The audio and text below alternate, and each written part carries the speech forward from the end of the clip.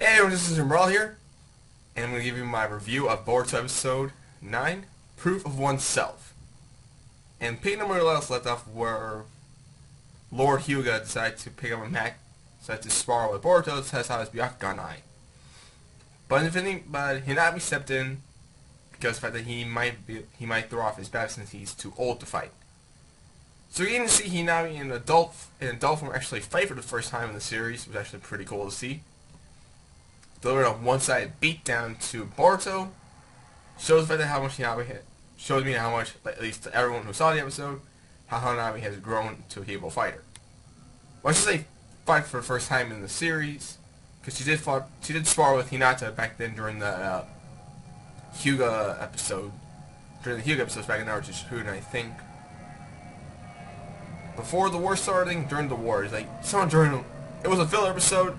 It was a filler arc, small filler during the Naruto Shippuden series, but seeing an older Hinami, seeing fight again, and get to see the rotation again after so many years, because I completely forgot that was a move. All I see was the 8 triumphs and Twin Lion Fist. We rarely see the rotation, so that was cool to see the rotation come back again. Now after that, after realizing that Boruto lost, they decided to spend the night in the Hyuga house.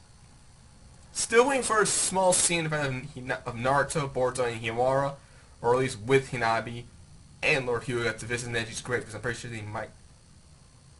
there should be like a Hyuga memorial site for Neji, and while there's no traditional grave back at the Hidden Leaf Village, one Hidden Leaf Village.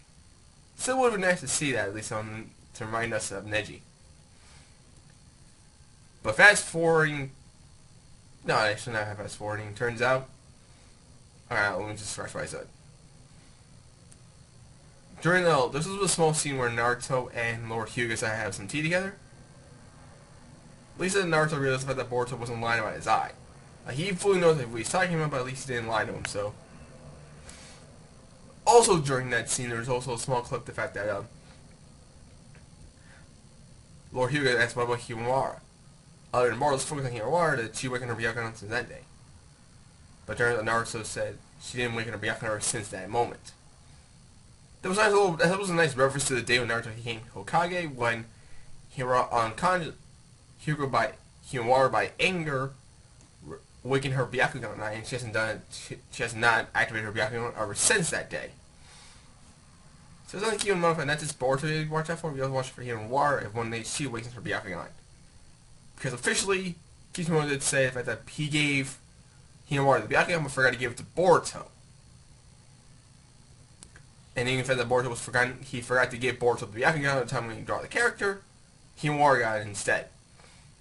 So maybe down the line, possibly later on, when we get more focus on Himawara, we could see her awaken her Byakugan. While Boruto still has to deal with his one-eye Tensai. Excuse me. And as for the Tensai, it looks like then during the night, after walking around in the city at the Hidden Leaf Village during night, he runs into Sawara, looking in front of a poster of the Kazamasa, I forgot his name, but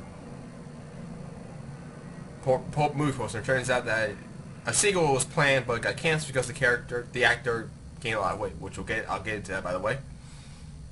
This is a little chit-chat between Boruto and Sarada. I kind of see a bit of a small hint to the fact that maybe we get to see these two. A small little hint to the fact that maybe these two will get more screen time together. Since we rarely get to see these two ever having shared a certain time. Be at the same scene in the same screen. Now as for the Tensai Eye, Boruto realizes this one man was covering shadow. Turns out he's supposed to see it, obviously. It looks like the Tensai Eye can only be activated when the shadow is around. So unconsciously, by its own will, or at least not by its own will, unconsciously without Boruto's notice, the Tensai Eye is able to awaken when he sees the shadow. So anytime when the shadow is around anyone, it looks like Tensai Eye can activates it to see the shadow possessing someone.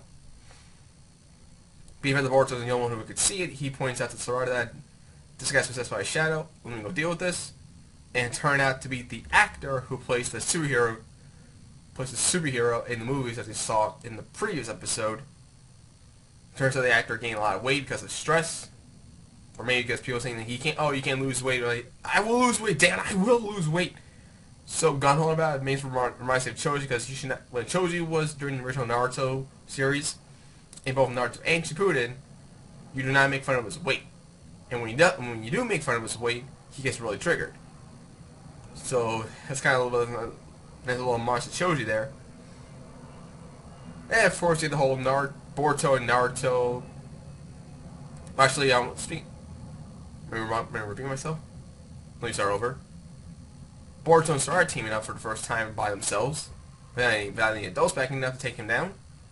We can see a small glimpse of the Naruto Sasuke team up they did back during the episode in the Hidden Mist Village, where they fought against Zabuza. Remember the Demon Wind Shuriken when Sasuke threw the Demon Wind Shuriken and Zabuza actually dodges it? And it turns out that Naruto was the Demon Wind Shuriken himself who tossed a kunai at him. It was a nice little homage to the fact that it was a nice little homage to that moment when Sarada threw Demon Wind Shuriken and he dodged it, but Boruto ends up being the Demon Wind Shuriken with another Shadow Clone. So that was a nice little touch there, the fact that first Boruto doing some Sasuke moves, and now doing Sarada and Boruto doing some team-up moves that Naruto and Sasuke did back then when they were getting. Was a nice little touch to that. Meaning the fact that Boruto wants to become like Sasuke and Sarada wants to become the next Hokage. So that was a really nice touch to see that. And of course they actually beat him, and it turns out that the shadow is released. And that before the fact that the shadow like closes up on Boruto and just evaporates. And 10 seconds still being active at the time. I can see it. I know I can. So now we get to see, now that all the situation's done, and we get to and yeah, it's basically the most eventful part of seeing the fact that Boruto and Sarada take down the actor who played the superhero in the movies. And for the preview for next week's episode, we're finally going to see Sai return to the screen now, because it's been a while since we've seen. We rarely see any of the older generation make their appearance on the show. In the old, we get to see some of them, like from Kakashi, Sakura, Choji, and Lee. We don't get to see Shikamaru and Shino and Konohara, but we obviously see a lot of Naruto, but we rarely get to see Sai in the case. Next week, Sasuke make his appearance in the Boruto series. And it looks like it's how the ghost incident, the investigation begins. Excuse me. So it looks like we're going to probably see mostly Boruto, Shikida, and Mitsuki go into an investigation about the ghost. And Boruto nicknamed the thing the ghost. So that was a little bit nice. So that was the episode. That was episode 9.